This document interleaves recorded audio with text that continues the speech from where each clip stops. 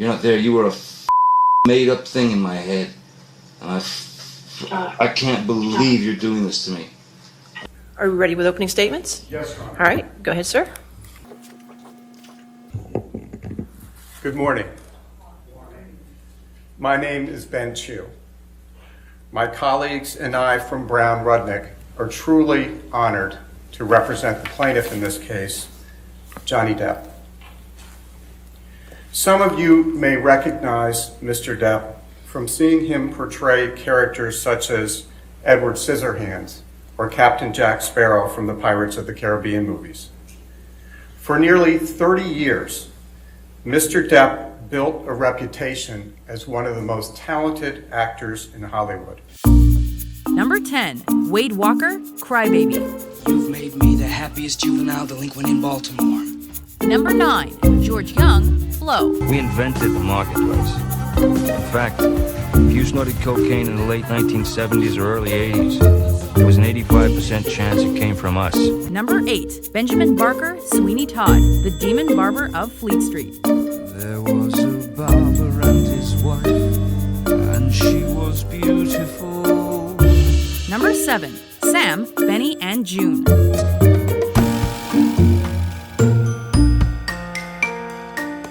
Number 6, Gilbert Grape, What's Eating Gilbert Grape? I never wanted to be a joke. I never wanted to be. Oh, Gilbert, please. Number 5, Ed Wood, Ed Wood. You're a fruit? No, not at all. I love women. Wearing their clothes makes me feel closer to them. You're not a fruit? No, I'm all man. I even fought in WW2. Of course I was wearing women's undergarments. Number 4, Joseph Pistone, Donnie Brasco, Donnie Brasco. What I'm saying to you is you should give it to somebody that don't know any better, because that's a fugazi. All right? That's a fugazi. Number 3, Raoul Duke, Fear and Loathing in Las Vegas.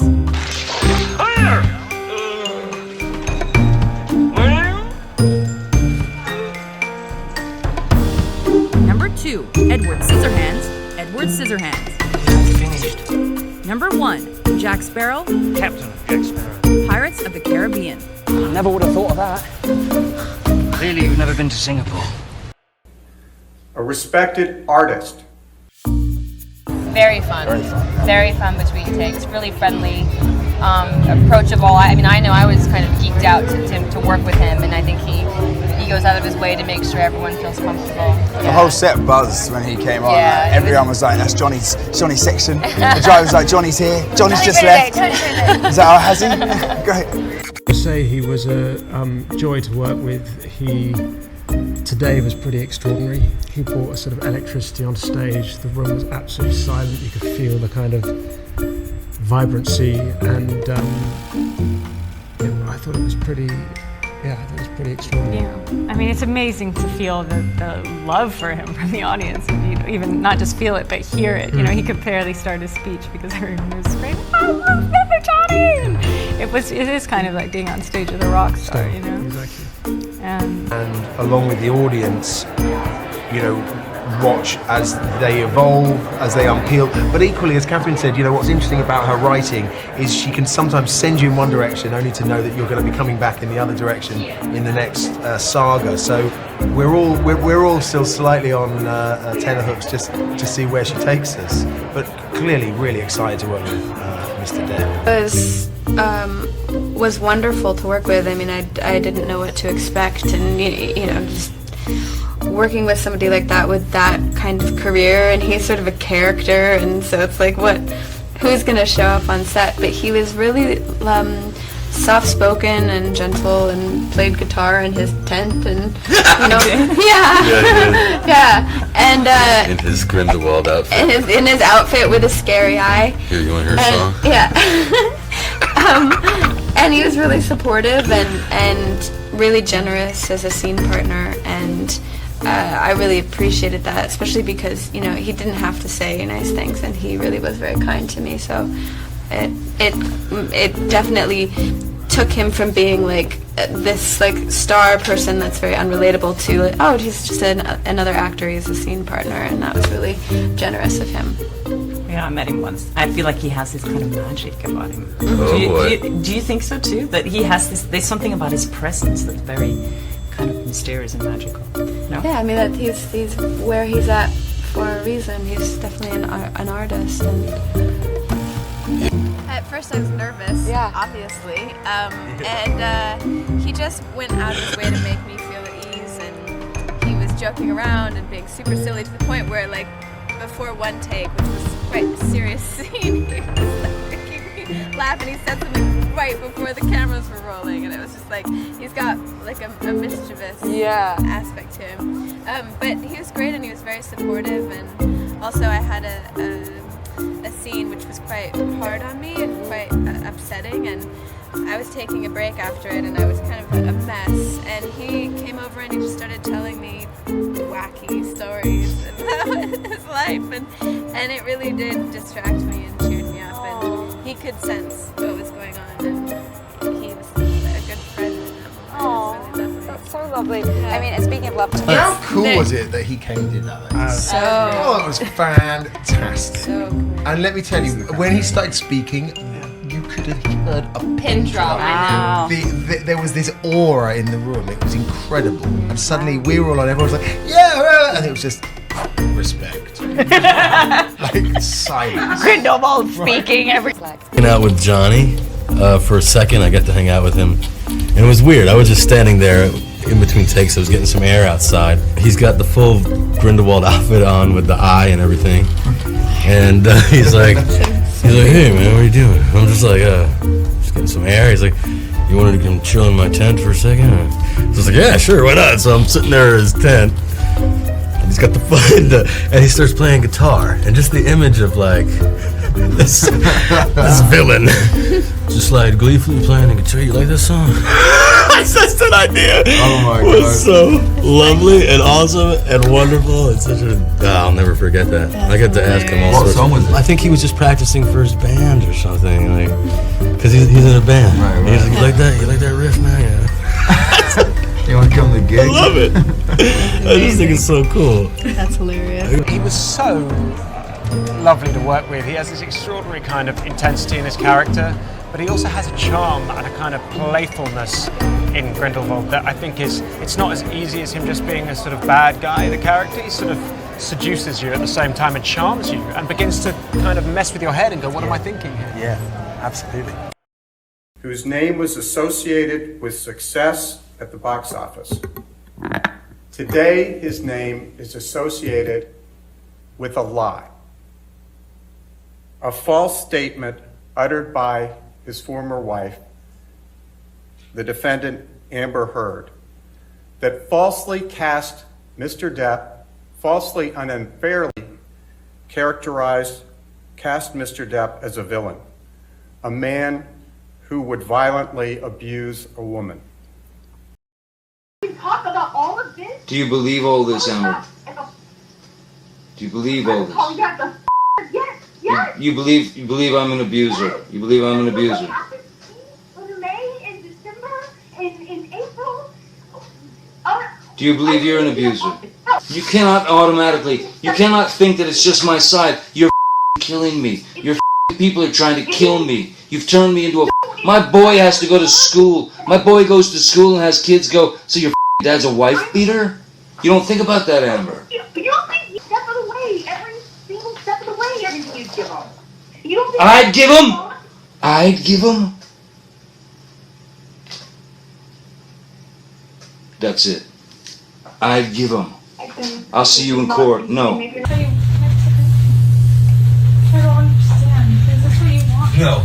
Oh no, a hug will save it all. Everything we I just wanted to touch you.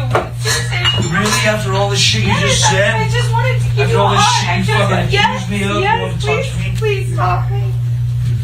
Please stop. Please, I just wanted to hug you and say bye. I wanted to end that. We did that last night. It's fine. That was good enough. No, because I'm nothing to you. And I will always be nothing to you. Calm. Well, you know, I shouldn't be.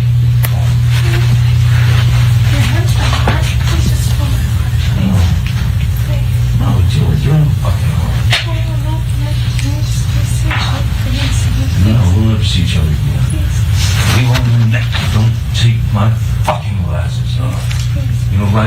thing looking at not my fucking eyes. You will not see my eyes again. That's you and Mr. Depp in that recording. That is. And this is from when you and Mr. Depp met in San Francisco in July of 2016, right? Yes, that's what it sounds like. That was in the hotel. We met once after that as well. This is after you publicly accused him of domestic abuse. Yes, and got my TRO. And he tells you, you will not see my eyes again, doesn't he? Yes, he does in that recording. And he kept that promise, hasn't he? As far as I know, he cannot look at me. He won't look at you, right, Miss Heard? He can't. And see what the jury and judge think. Tell the world, Johnny. Tell them, Johnny Depp. Johnny Depp, man, I'm a victim too of domestic violence, and Yes. it's a fair fight. And see how many people believe or side with you. That's your voice on that recording, right? Yes, it is. And you were speaking with Mr. Depp? Yes.